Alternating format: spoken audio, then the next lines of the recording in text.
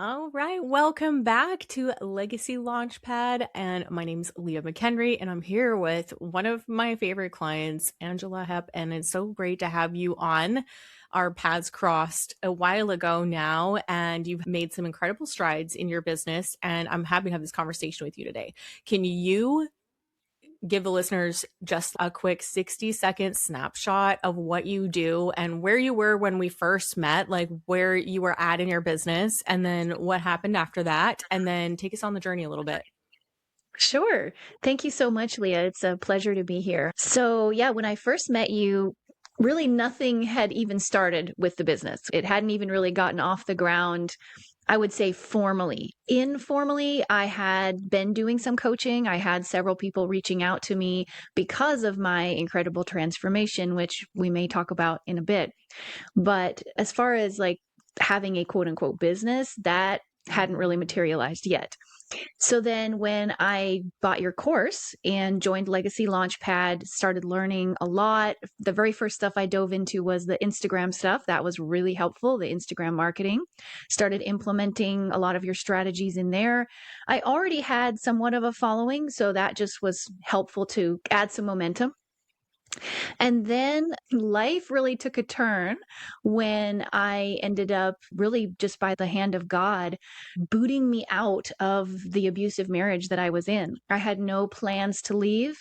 I was really surviving and utilizing a lot of the things that I teach to maintain my own health, mental health, physical health, while in a very toxic environment, just believing that it was the will of God for me to stay there and endure what I was enduring. And then through God's kindness, he orchestrated events to where it was impossible for me to stay. So I got out and really had to take this whole business and make it the sole provision for myself and my children. So it went from this would be nice to have to this is essential or we're not going to have food on the table. It's been a little bit of a roller coaster ride, and I have not even gotten through everything in your course because it's been so much of treading water and, like you Yeah. said, taking messy action, doing the next thing. And while I need to have income coming in, I'm doing what I can to get that income coming in and then going around later and learning more and shoring up the foundation more and just trying to smooth out some of the rough edges down the road. So my goal is to get through everything in the program when life slows down a little bit. But for now, just the little that I have learned from you has been so transformative. Yeah, you already made such huge strides back when you were early in the program as well. I remember you actually got some pretty amazing results. And I know since then there's been this whole upheaval of life. That's one of the things I think we should talk about is because, first of all, can you just tell everybody real quick, what is your specialty? What is it you do? Because that plays a huge part in, I think, what we talk about next. It really starts with my story and how God worked in my life. I was not looking for this. This isn't something I woke up one day and said, I'm going to be a mind body coach. I was dying. I was on palliative care, and then I had actually transitioned to hospice because I had 30 plus chronic illnesses. Many of them I was told were genetic, incurable. I was really at a place where I wasn't living, I was just existing. And God brought into my life this whole concept of nervous system healing and mind body healing and the connection between our physical health and our mental state, our thoughts in particular, our emotions, and how you cannot separate spiritual and emotional health from physical health.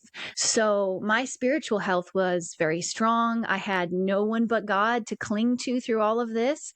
But my mental health, my emotional health, certainly my mindset really needed a lot of work, needed a major overhaul. And I haven't arrived, but I do put into practice every day the things that I teach my clients. And so after God used these principles to heal me through my own hard work, applying them, I had such phenomenal results. Within 6 weeks, I went from being bedbound, tube fed on hospice in 24/7 agony, believing that I was going to be dead within 2 weeks, to cleaning and packing a 4,000 square foot house and driving halfway across the United States practically by myself, and Wow. really feeling 95% normal, which, like, Unbelievable. I know, It's a even still miracle. when I share this story, I still am like, "Wait a second, is that true? Did that really happen?" No, it really is. And of course, people are going to know how. What did you Mhm. do? So, real quick, let's just do a little shameless plug right now. Where can people go and learn about the rest of your story? And if they just let's just plug it in right now and they can go check that out. And then we'll mention again at the end. Sure. So I'm Heart Song Renewed on Instagram. That's probably the easiest place to go. It's just Heart Song Renewed, all one word. And that's where I share tips. Everything that I share on there is a practical, actionable tip that you can take to help improve your own nervous system health, your own mindset. And then I do it from an overtly Christian perspective as well. So I believe that faith and your relationship with God is central to healing. And He is so gracious and kind, and He grants healing even to those who don't recognize Him as the healer. That's amazing. And I think that's going to be so refreshing for people because in this industry, I have found that when it comes to cutting edge practices and things, it feels like sometimes the world gets there first sometimes, Mm, or they popularize it, I should say, because really if God created everything. He is first, right? These people didn't mhm. invent anything new, but they might have their take and some other things in there that maybe when you're a Christian, you feel like you have to filter everything all the time, and that gets a Right. little bit exhausting. So I think it's going to be so refreshing that you do what you do. This nervous system work, is that another way to say it? Yes. So I work with the physiology of the nervous system. So that's your brain, your spinal cord, your vagus nerve. We're talking parasympathetic, sympathetic, dorsal vagal, these different nervous system states and how they affect the physical function of our organs. And then I also work with mindset and identity, beliefs, things like affirmations. The world calls it manifestation. Some of the stuff that was popularized by Neville Goddard, all of this is very biblical. All of this is just Totally. borrowed from the Bible.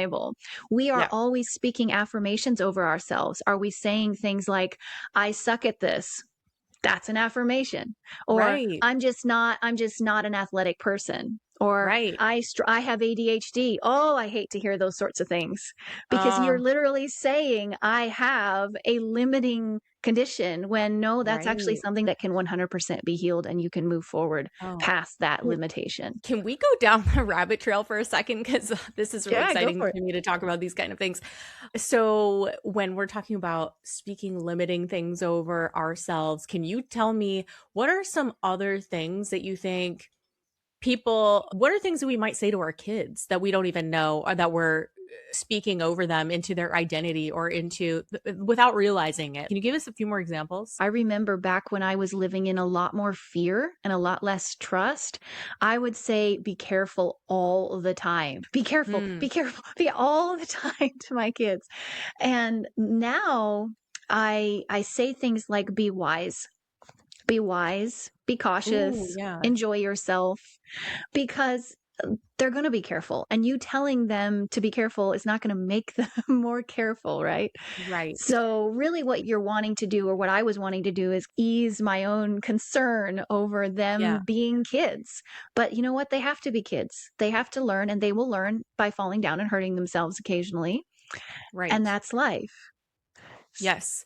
Okay, and then you mentioned the ADHD thing, because I know so many entrepreneurs, we're like, "Oh, we're neurodivergent," to explain some of our I don't know. Are we programming ourselves when we just say things like, "Oh, identify with that kind of behavior and so I have this condition." Is that what's happening there? Yeah.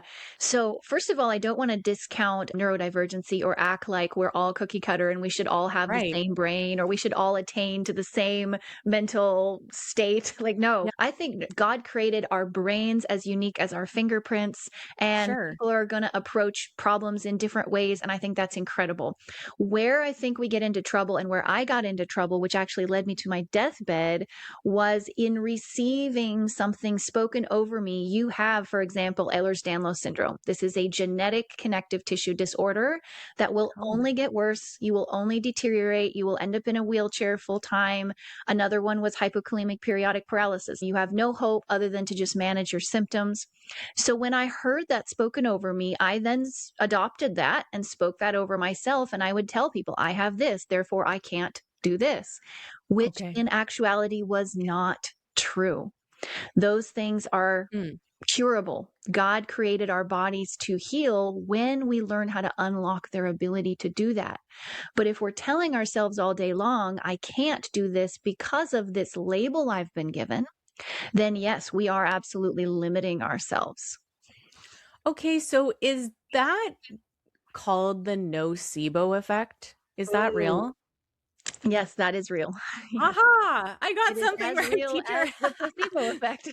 Okay, explain that real Yeah. quick. So everyone's heard of the placebo effect, like the sugar pills that are a medicine, except it's a medicine that you think you're taking, but they're actually sugar pills. And the belief that it's going to work actually makes it work because of the power of our brains. Is this a big giant unlock?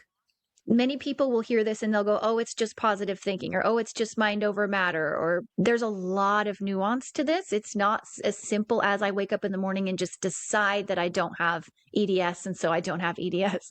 There is physiology involved, Sure. but our nervous system's number one job is to decide whether we're safe or unsafe. That's the number one thing that it cares about. It's not going to Right. care about anything else, our business, our goals, our relationships, unless it knows that we're safe. So anything that we do to convey safety or danger to our nervous system is going to affect our physiology. So if someone tells you have cancer, but we have this amazing medication that has been proven to cure cancer, here, take it. We take it. What this does, even if it's a sugar pill, it communicates to our nervous system safety. Our nervous system begins to shift out of a survival state and into a healing state in which our body begins to repair at a cellular level our own tissues. Our immune system changes, our heart rate changes, our lymph system changes, everything changes and becomes more and more optimal. But it starts with that belief that I'm actually safe. Because when the nervous system senses a threat, it's going to be in a survival state. It's going to think, I have to prepare to meet this threat, whether that's by pumping my heart and my lungs so that I can be ready to run away or fight. So when we Yeah. convey safety to the nervous system, we can reverse that and we can bring ourselves out of this chronic state of hypervigilance and into a healing state. Oh my gosh, you just said a word that I have been saying lately, and I don't even know if someone's saying it, which is that word hypervigilance. For me, I always thought I was having a heart attack. I thought it was just heart palpitations that come out of nowhere. The way I knew I wasn't having a heart attack was because if I had a glass of wine, it would completely go away. I'm like, okay, so that's Yes. stress. That's some kind of nervous system thing going on. But it seemed like it was a really delayed stress response. So I couldn't connect the dots to anything that had happened that day or even that week. It was like maybe from a couple months ago or like an intense period of time or like something happened in my family or something interrelational that really hit me in the gut or something. And then later when I was trying to go to sleep and then my heart's jumping out of my chest as I'm falling asleep, like the tiger's gonna jump on me out of the bush or something. What do you call that? Is this like a survival type of response? What is that? So a couple different things could be at play, but when we have symptoms that come on later, it's often because our nervous systems are designed so brilliantly. They are designed to keep us safe, but they're also designed to optimize function to help us survive in the world. And so we do have an ability to override that stress response, especially if we're being pulled towards a dorsal response. This is more of a collapse response, like extreme fatigue, overwhelm. I can't do this, procrastination. This is where people feel a lot of blockages or I'm stuck. I can't get started. That's more of a dorsal response. But we also have the sympathetic response, which gives us more energy. But this is also where a lot of people feel insomnia and palpitations and difficulty sleeping, Interesting. anxiety hangs out there. So those two states are opposite, kind of. And so what oftentimes happens is we get stuck in the middle between those two states, which is called functional freeze. And freeze is like when you're in the car and you're pressing the gas and the brake at the same time.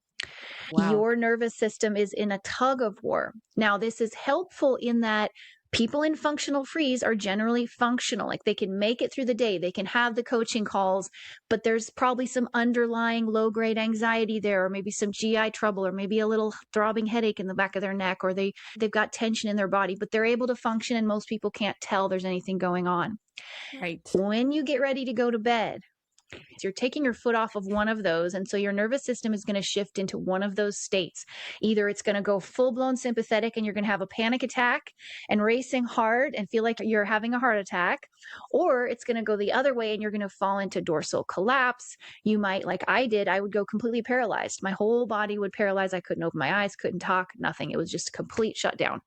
And that's where people will fall into like depression, hopelessness, a lot of sadness in that state as well. I think that anybody listening to this is going to, who can't relate to this, to some degree or variation of this. I feel like we're all living at least on some end of some spectrum of that, at least at some point in our lives. It's impossible because we're living in a crazy world and crazy times. There's a lot going on, a lot of pressure. The economy is wild. You combine that with family drama. For me, drama is what triggers it for me. Sure. Any kind of The drama conflict. or Yeah. the interpersonal, yes, anything like that. And that's what my nervous system detects as emergency. And I know you know this from your coaching clients, is you will have people who come to you with all the dreams and they want it, and you give them all the tools and all the information, and they don't do anything with it. Yeah. And then they come back later and it didn't work and nothing happened. You didn't implement what you learned, right?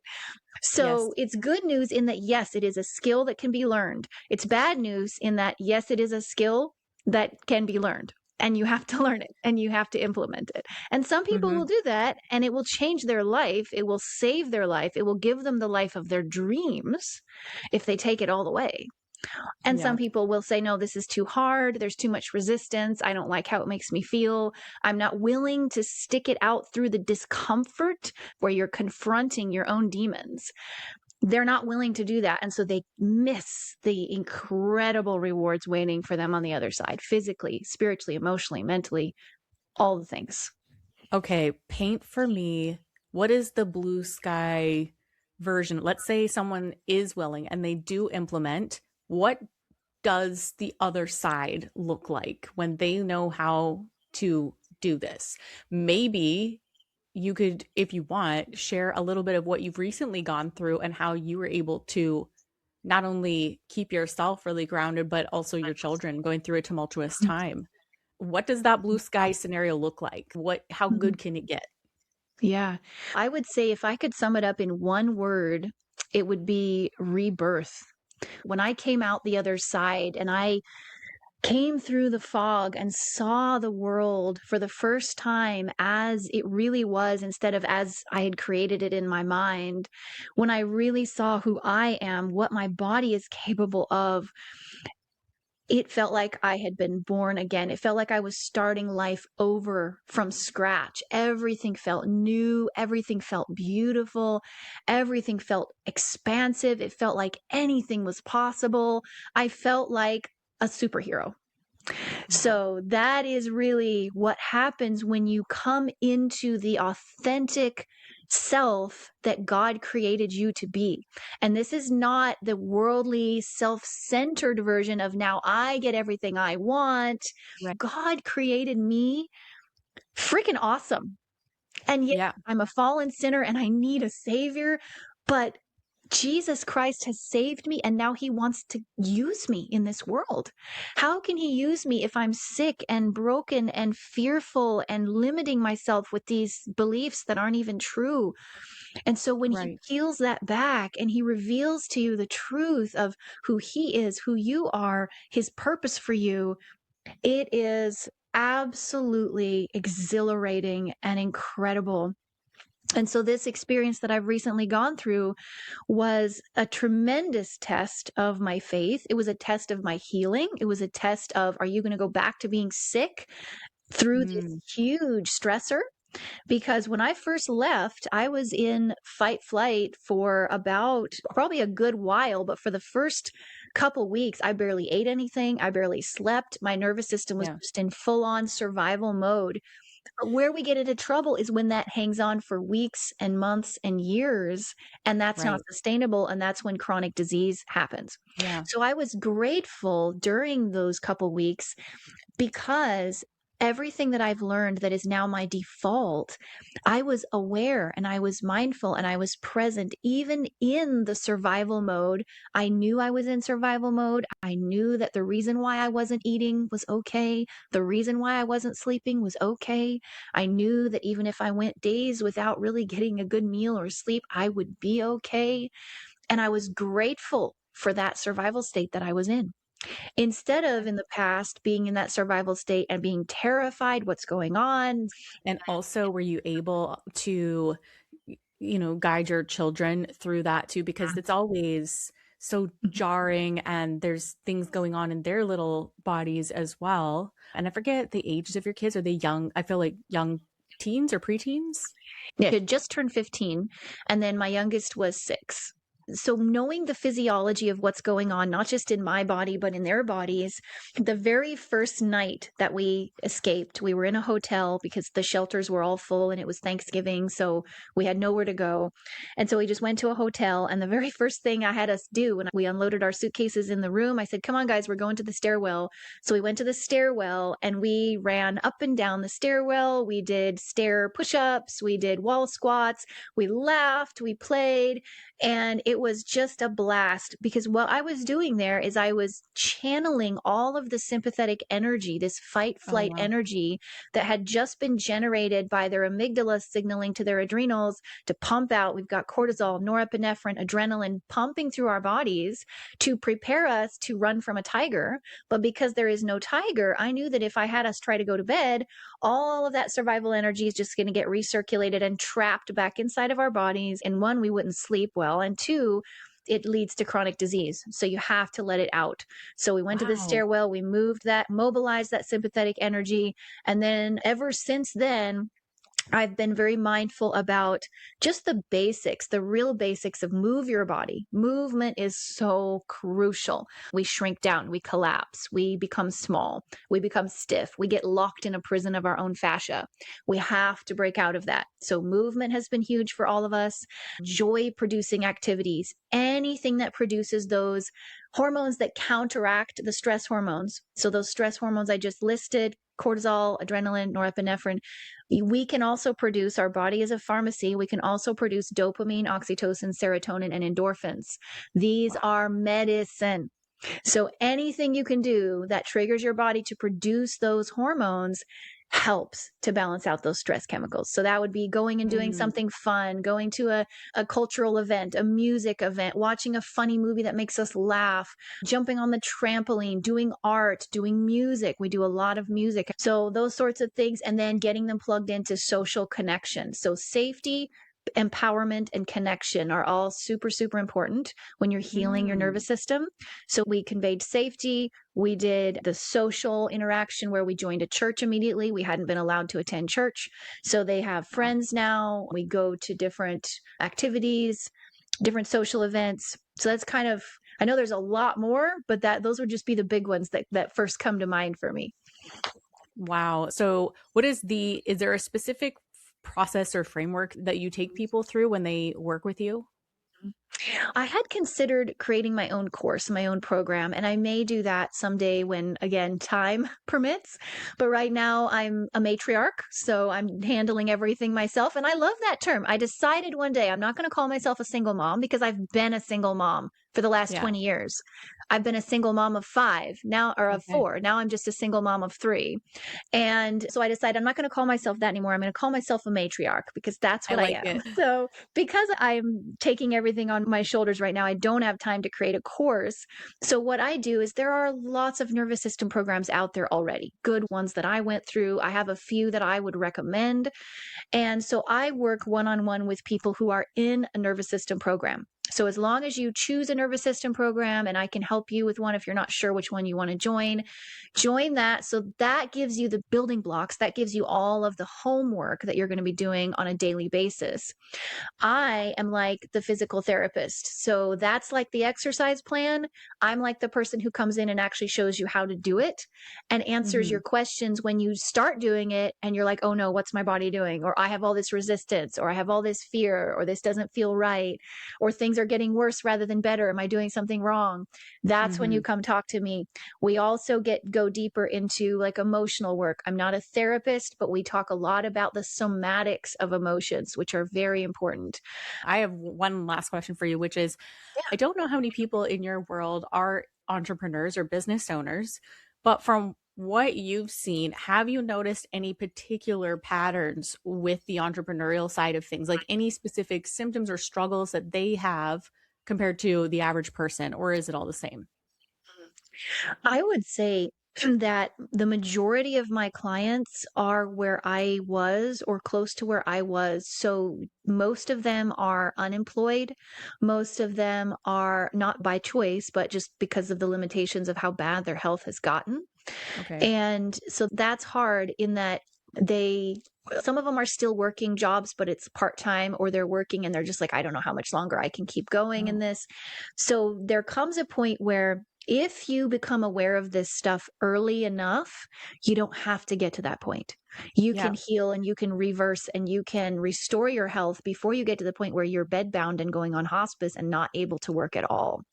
Now though, I'm really, thanks to you, doing a little pivot in my business. Primarily not because I don't want to help those people. I do. I have such a heart for them. I was there. But at the same time, I'm only one person and I can't keep my prices Yes. at a level that gives access to everyone and still support my children and still Hmm. do everything on my own as a single mom. You were encouraging me to not undervalue myself, which I have done my whole life, and to really look at what I have to offer, and not just what I have to offer, but the transformation that people achieve when they implement these principles, which is incredible. Exactly. It makes me smile every time I think about it. And so, my question for you was, how do I practically make that transition without, and here again, some of my limiting beliefs are going to come out, without coming across as like overselling myself, or I still struggle with, do I deserve to charge this for Oh, access yes. to me? Even though I raised my prices and I still have a full calendar. So praise God, that's amazing. I'm just wondering, how do I change my messaging maybe more to appeal to the people that really are ready to invest not just their finances, but really their energy and their time? Because what I did find when Hmm. I was working is the clients that would come were not as invested. And some of them were, but a lot of them were not as invested, and they would take the information and then those were the ones who wouldn't do anything with it. Now that it's at a higher price point, I do feel like the clients I work with are much more invested and are actually applying and implementing what they're paying for. Yes, totally. This is so common in the coaching space. And I was just working with one of our clients, Rudy, he's a worship vocal coach. And he now has a very high ticket thing. He's got a mid ticket and a low ticket thing. So he can service different people.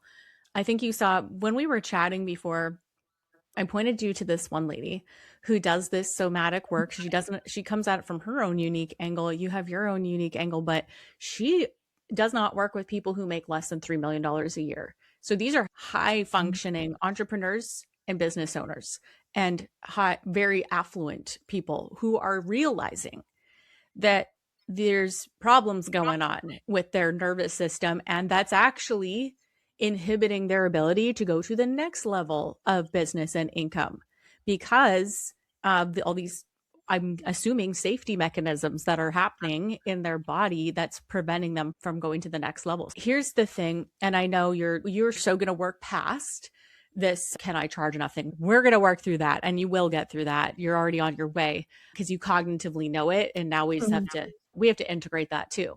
And I mentioned Rudy because he also, I've been working with him on our advanced calls, and he had the same thing.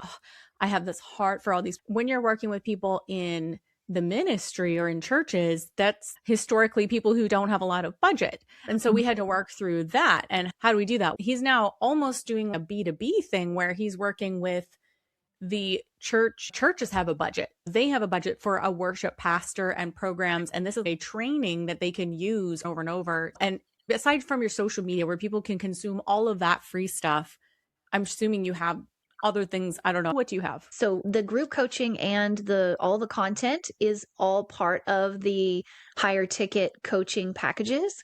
But Yeah. then I also offer people who don't want to pay for the coaching packages, who can't afford to work one-on-one with me, they can pay $147 a month and join the Harmony group, which gives them access to the twice monthly group coaching calls and then all of my content. So that would be Right. my low So, ticket offer that gives them access right. to basically all my materials. Actually, you give away a lot of information on your social media, your reels on Instagram. You like, here's the exercises I do when I first started. And so there's a lot of information there. The point is that what we have to do is realize we are serving people at every level. There's ways that we serve them at each level. And I always say, although I have often worked with people at the entry level, my work is best suited for people who have something already in motion and I have some traction. And then what I do is help them just really take off. So Rudy, for example, came in and he was making, I can't remember, I want to say around 5,000 a month. And then he did a $20,000 launch in 7 days because he just needed a few tweaks. He just needed a few things and he's boom. Right. So for you, it's going to be the same thing where people have, like you said, a lot of them have already taken courses. They're already somewhat invested. They've already they have some mental emotional investment into getting better. They're not saying, I need you to save me. I need you to do all the work for me. We have a attract and repel situation that we need. And I don't mean that we want to repel everyone, like we don't want to help them, but in terms of, let's just separate the goodness of our heart from the economics of business for a minute. Because like you said, you have a family to support. You need resources. And that's just true for every business. So can you describe for me in detail the attributes of your dream client? Okay. So not even people you necessarily worked with before. Maybe you've never worked with a dream client, but your dream client who, let's just say, I'll give you a few starters. Somebody who can easily afford what they're happy to pay it and they're willing. I want you to describe for me, what are the character attributes of your dream client? Someone who's done playing games, someone who is ready to do the hard work, even if it hurts, even if it's uncomfortable, someone who isn't afraid of discomfort and hard work, someone who doesn't have a false idea of what this is going to be like, and someone who catches the vision, someone who really truly believes that I may not see how, but somehow this is possible for me. I know that if I do it, if I put in the work, this is going to be possible for me. This is going to be my life. And then someone who will not make excuses, who will not argue for their limitations. I have Ooh, so many people who argue yes. for their limitations. I Mhm. don't want, no, not that anymore. That won't get anyone anywhere. Yeah, no, that's so common across the board especially in business too. People argue for the limitations. It's just wild. So that's a big mindset thing. Okay. And then let's include that they are happy to pay. They're willing to pay. It's not like a giant stretch for them. So they're in a place where they're easily willing to sacrifice something else in their budget to make room for this because it's so important for them, for their families. And have you ever heard me talk about the web of life? This is going to be so easy for you because if they fix, because we're going to create a little price juxtaposition here. If they fix this issue that's taken over their life in one way or another, no matter what their net worth is, but say they're even a little more affluent, right? And we divide the web of life. So the web of life is different areas of life. So marriage, kids, work life, their health, their spiritual life, Friends, relationships. friends. Yeah, relationships, even the amount of money that they make. So like those kinds of things. And you look at how is this problem, this nervous system, how do you describe the problem in a couple of words? Is it a nervous system problem? What do you call it? For most people, it's nervous system dysregulation, which is the Okay, physiological part of things. And perfect. then it's usually mostly tying back to mindset and emotions. So that's Okay. why in the industry, it's termed mind body work. Yeah. In the web of life, we're going to quantify how much it's costing someone in all these different areas of their life in which it's affecting them. How much is this problem, this nervous system dysregulation, affecting your marriage? How much is it affecting your children? And a lot of these are intangibles, right? We can't put a dollar value on it, but we can start to quantify the cost of the problem, especially when it starts to spill over into your work. I can say, Miss Carrie Ford, who does this stuff for the really affluent, I have not read her sales letters, but I can already guarantee you she's saying something of the effect like, if you're having these issues with nervous system dysregulation, you are leaving your next $10 million on the table because you're capped at this safety net level. Your body won't let you make the right decisions that would lead to your next level of business or being able to sell your business. Maybe selling the business is freaking you out. And so you make decisions that keep it at a certain level. So do you know what I mean? Where we're somehow going to need to quantify what it's costing them. Now, it could be costing them a great marriage. It could be costing them relationships, costing them peace. And so we've got to be able to really quantify this. And so this is mostly a messaging thing. And then as we do that, we can also paint a picture of that blue sky scenario. And in doing that, what we're also going to do is create an anti-avatar. It's like a magnet. We're attracting the people by calling out the attributes that we want to work with. And we're also not necessarily speaking to it in our content, but we have to be fully aware of the attributes that we do not want to work with. If you could describe for me, it's like polar opposite. Who would be your anti-avatar?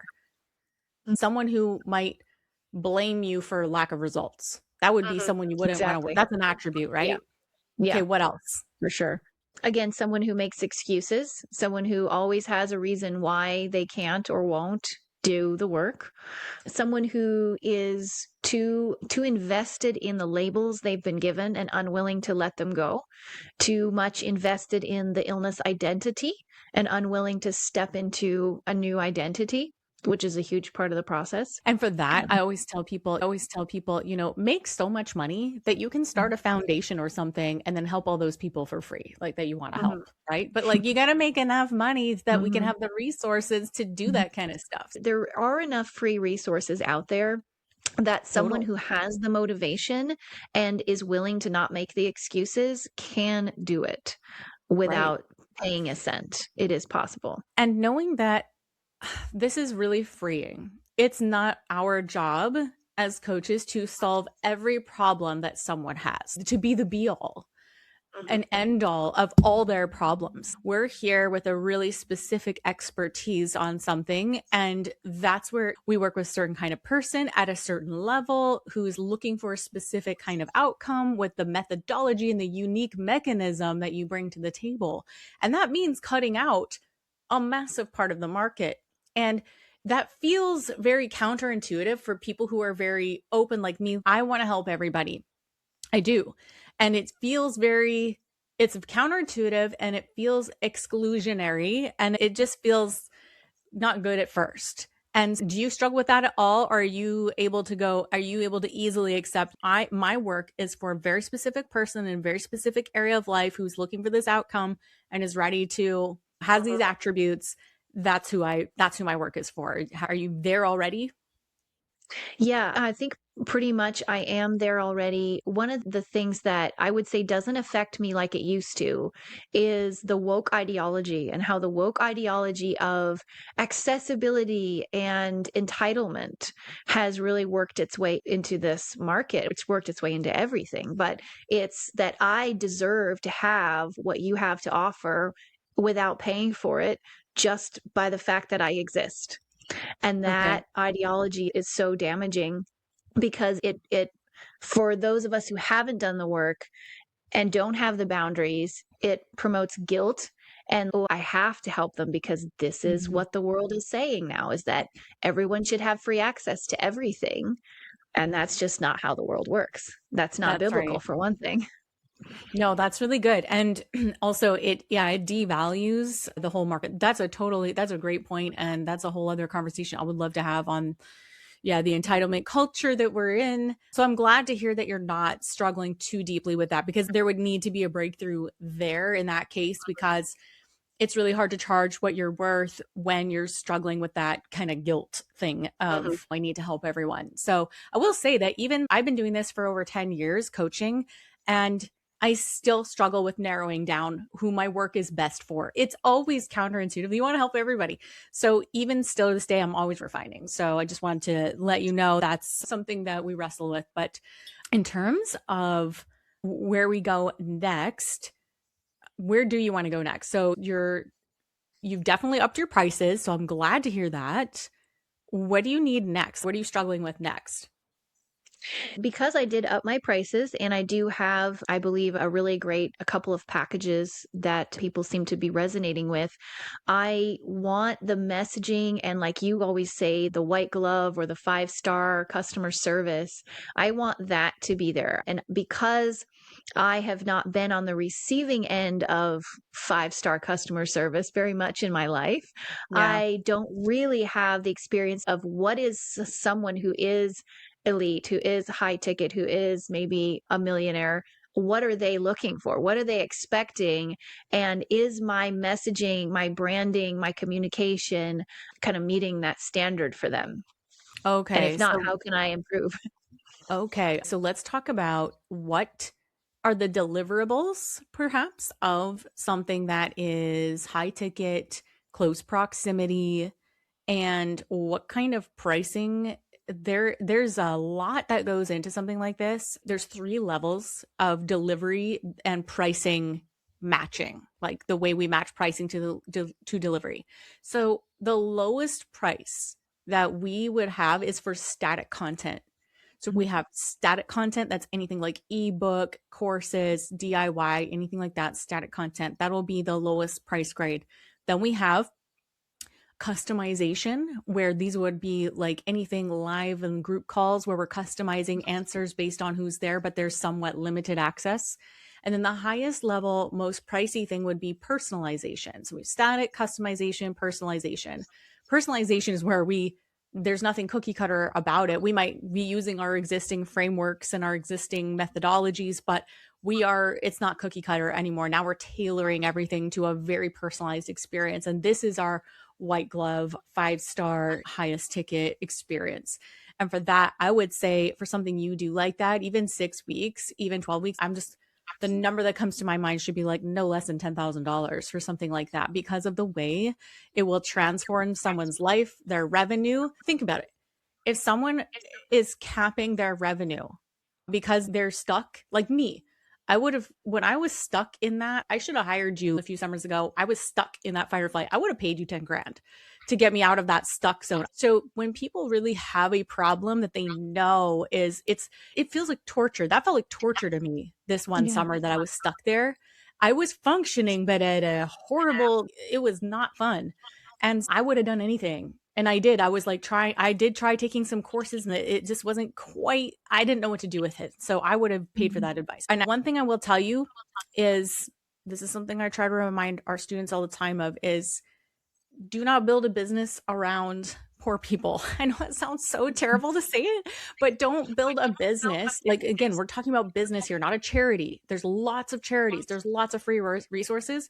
But if we're building a business to create resources for our family and wealth and other things that we want to do long term, it's so much better to market to the affluent or people who are a level above that we've marketed to before.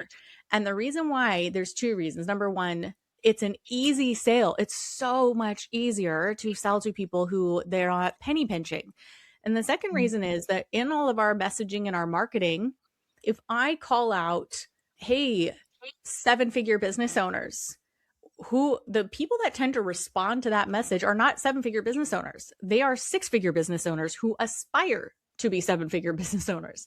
So this is the other reason why you need to start speaking really specifically to people at a certain level who are stuck in this fight or flight zone because of their high stress jobs, their careers, their situations.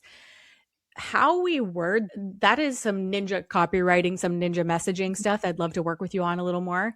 But I'll give you something right now.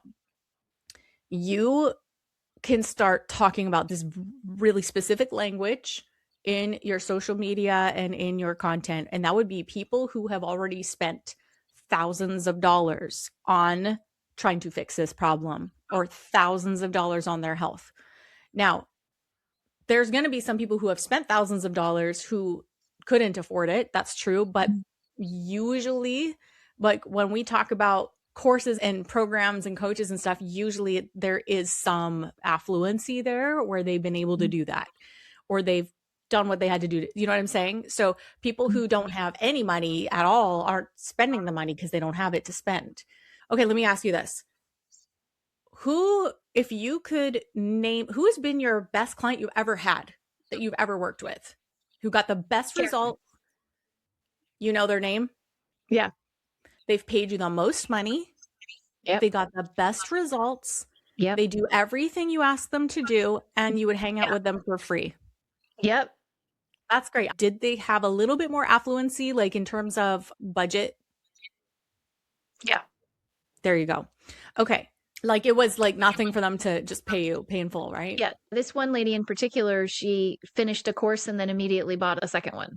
She wanted more sessions, even though she already had all the materials. She just bought the course again just so she could have more one-on-ones with me. Yeah. And didn't even ask, I just wanted the one-on-ones. Can I give me like a package deal? No, she just bought it. And so no questions asked. You're the one. This is going to get me where I need to go. Let's do this. Yeah. And she's doing awesome too. Great. Okay. So that's how we define perfect client, is if you've had that experience. If we've never had a good experience, we have to rebuild. But in that case, I want you to write down her name and all the attributes we talked about, that no excuses and all of this stuff, pays in full without even me asking. I don't even have to sell any. There's no objection handling. She just buys. Okay.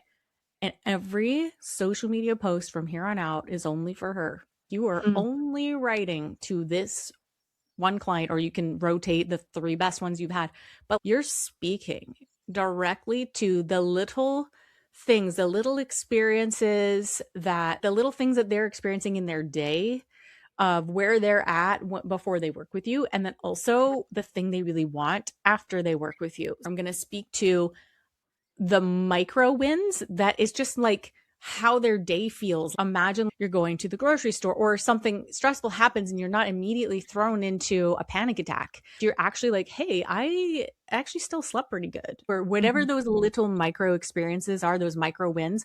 And then we're also speaking to their character. You've spent thousands of dollars on other programs and things that maybe they didn't work for you, you didn't know how to implement. Just speak to those exact things you just told me. And it's going to attract more and more of those exact dream clients that you want. And just by getting really specific.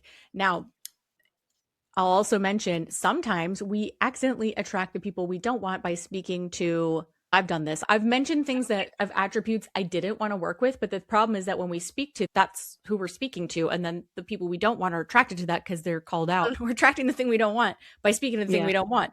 If you can, every social media post, I want you to have a list of those attributes, and her face, if you can, print a picture of her face and put it on your desk wherever you're working. Every email, every post, everything you're posting is for this person.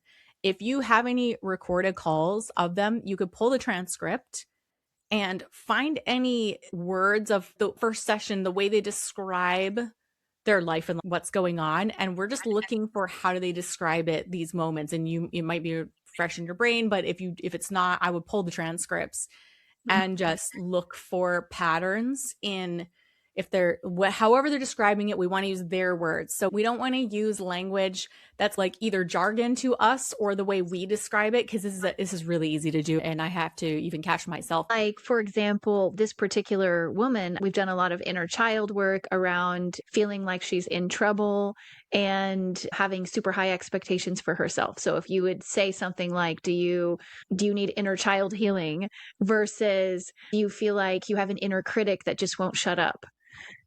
And we would put out that Right. maybe you didn't get the recognition and the praise that you needed as a child or Sure. But when someone first comes into your world, I'm Mhm. assuming that they might have no idea that this is the kinds of stuff that's actually causing issues. How would they describe it before they work with you, if at all? Most of them, it's physical complaints of some sort, usually some sort of chronic diagnosis that they've received or Okay. multiple. So they're not really aware. Are they problem aware that, oh, this is tied to inner child wounds? Not usually. Okay. So that's the kind of thing you could either, that might be really good content to either bring some education into this. So helping them become problem aware. You feel these symptoms. What you don't know is that some of these things are going way back to things you don't even remember, like childhood wounds. And then what's happening is your present life, the stresses are like triggering some of these reactions, and your brain's freaking out and your nervous system freaking out. And we can actually go and fix that. So what the takeaway I want for you is, try to use the language your client would use to describe it, and not the industry way of describing it, because they won't know, but it makes them want to take action, because they're like, oh, maybe I don't know what's going on with this with me a few summers ago. I don't know what's going on with my body. I feel like I'm just stuck in fight or flight. That's how I would put it. I'm stuck in fight or flight, because I knew that term. That's a really common term. That might be one of the good phrases you can use repeatedly in your content and in your marketing to draw them in. So that's just an example of, we just want to make sure we're using their words and not our words, because we have the curse of knowledge. Sometimes we get technical. So that would be how to attract your dream clients. But I am telling you, in terms of, if we go back to what is a high ticket white gloves service, it is the personalization, no less than $10,000 for that kind of work. And a lot of boundaries around it too. You'll find that people who are willing to pay that are the most incredible clients. They ask the least of you, they're invested the most, they show up, they have skin in the game. So of course they're going to show up. Of course they're going to do the work. My theory is, if you have clients who don't show up and really get the result, it's because we're not charging enough. It's actually a Yeah. disservice to not charge enough, because the less skin in the game they have, the worse result they're going to get, because Yeah. there's no reason to show up. You have your low ticket thing, which is great. That's like a sampler for people to, it's like the samples at Costco, right? So what does this taste like? Okay, cool, I'll buy the box. But outside of that, I don't know what your program all entails, but that's something we can work on more in terms of design. But I love that you have it in a container, in that there's a start and a stop. And what you could do is also have a retainer after that. It's like, maybe it's the 10K for this specific time period. And then after that, if you want to stay on, we can renew, or we can do check-ins every so often. I like having that, because these are the best clients. We don't want to just send them on their way. It's, if you want to do a check-in once a month or whatever, then there's a month to month after that, as long as you're getting results and we want to keep working together. That's my favorite kind of high ticket thing. And then it depends on where they're coming in, but how often do you want to meet? This is like an industry specific thing to what you do, but it's access level, that's for sure. And the personalization of taking what you do and then really customizing it for what they need in that moment, that's the value, and that's going to Yeah. unlock so much of the Yeah. rest of their life. So to me, that's an easy trade. It's 10K so that you can unlock your next $100,000 or two. That's on a monetary side, but what about saving their marriage? What about all these other Mhm. things too? Does Mhm. that make sense? As you're speaking, I can already see a lot of things that where I've already, in my own messy action way, put those things into practice, but can certainly be optimized. I have a VIP integration support where people pay $297 a month and they get to send me like up to 3 messages a week on Voxer or WhatsApp, where they'll just have a Mm. question in between sessions and then I respond within 24 hours. So it's like a quick like in the moment type of support. And then I do have, after the program is over, I don't offer single sessions to anybody. Only existing clients can then book single sessions afterwards as check-ins. And then I love how you really honed in on the personalization, because that is what I do in those packages. They don't just meet with me one-on-one and then go into the resource vault and try to choose what workshop they should watch Right. or what tool they should implement. Yeah. In the session, based on what we've discussed, by the time we're done, I send them a very detailed summary email with my specific recommendations for watch Yeah. this workshop, practice, listen to this audio, do this practice, and then we'll Exactly. meet again. So it's 100% tailored and personalized. Yeah, so I call that precision content, where we're Mhm. going in like a laser and we're getting so precise rather than them trying to figure out their own roadmap. It's we have all the content there. So this Mhm. is you need a guide. Luke Skywalker needed Yoda. I'm just the guide. I'm not a magic wand, but I am a guide that can see things that you don't see. And because I have this experience and wisdom from making a whole bunch of mistakes and then Mhm. having some successes too. And that kind of precision where you're making them a real custom roadmap, that is really valuable. And so I'm going to encourage you to, for sure, create a special package that you reinvent it. It sounds like you have something similar already, where you reinvent it and really up the price and then speak to the dream client only to attract those people who are more than willing to solve this problem. And they'll be like, 10K, that's it? Oh, that's cheap. How do you feel? How does that land? So it sounds really exciting. I think I'm at this point where I've overcome the block of raising my prices because I just did that. But because I just did that and I just created these two new packages, now my brain is, if I, because I have the packages the way I like them, it's working, it doesn't take too much of my time. If I now just slap a $10,000 label on this, like how do we do that when people are like, "Oh, last week it was 1,800." So first of all, we have to realize that 99.99999% of the world has no idea who we are and they have not seen our package prices and that people aren't keeping that much track of what we're doing. Yeah. So you can choose to just actually completely ignore that, which is my tendency, because sometimes we've been really undervaluing. And if someone asked you, you Mhm. could say, you know what? I have realized the exponential results this actually gets in someone's life. And I've been vastly undercharging, and I'm beginning to charge what I know, not just what it's worth, but for the actual results that it gets for people. And I'm charging accordingly. You can have a choice. You could stair step it, where you start to gradually increase the price over time, like bump it up to 5K first and then keep going. I have done that in the past where you stair step it. And what the nice thing is about that is you can run a little bit of a price raise promo, which I always Mhm. recommend people do. It's, hey, here's what I've learned. Here's the kind of results that clients who work with me get. Prices are rising just due to supply and demand, and also the results that it's getting. Last chance to get in. So you can run promos around this, or you can just raise it and just that's the new price. So that's either way, there's no wrong way to do it, but you run a promo or don't, but it definitely needs to be raised for personalized experiences like that. It's the highest value because your time, you can't get your time back and it's not really leveraged at all.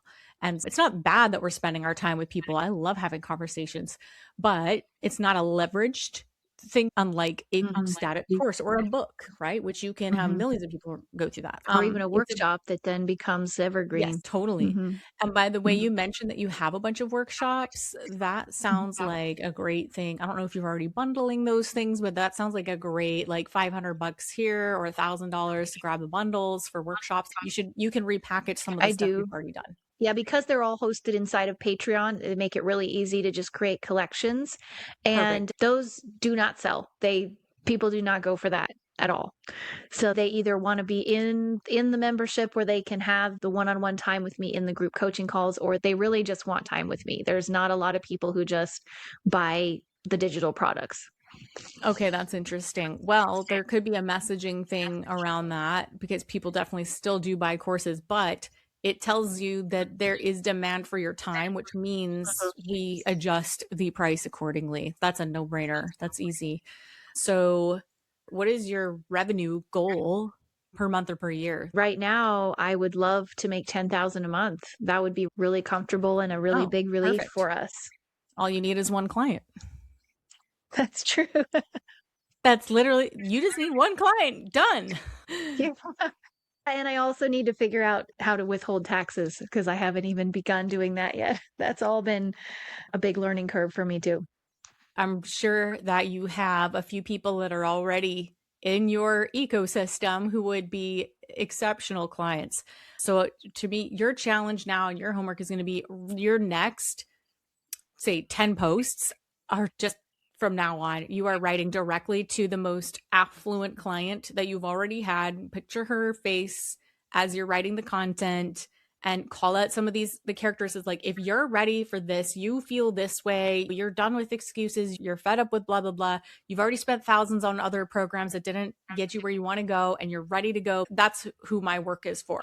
Then you're ready, then you hire me. And then I would do call to action, like a quick conversation in the DMs, like a quick Mhm. conversation. I don't know if you have an intake form or an application, but this is probably an application process. I do. Then you send them a quick conversation, application. I accept it. I pick and choose who I work with because I have very few spots that I reserve my personal time and customization for.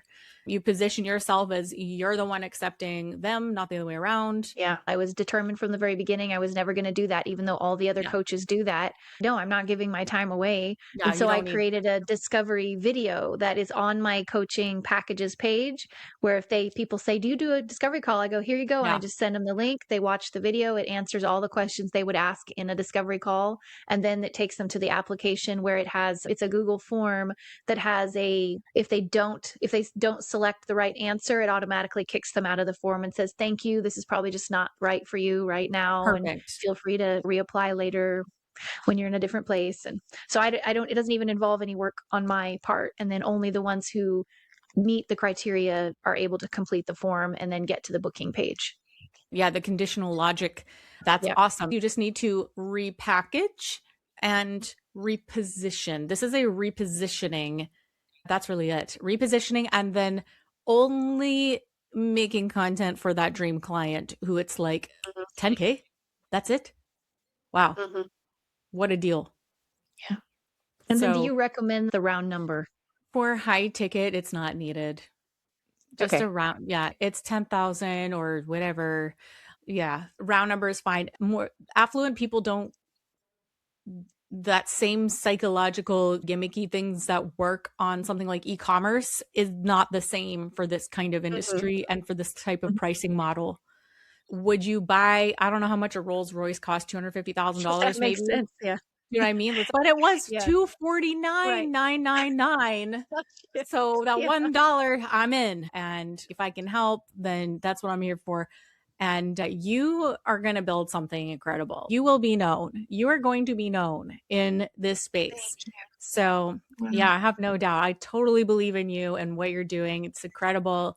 And I really commend, yeah, the work and what you've been through. You're living proof of what you do.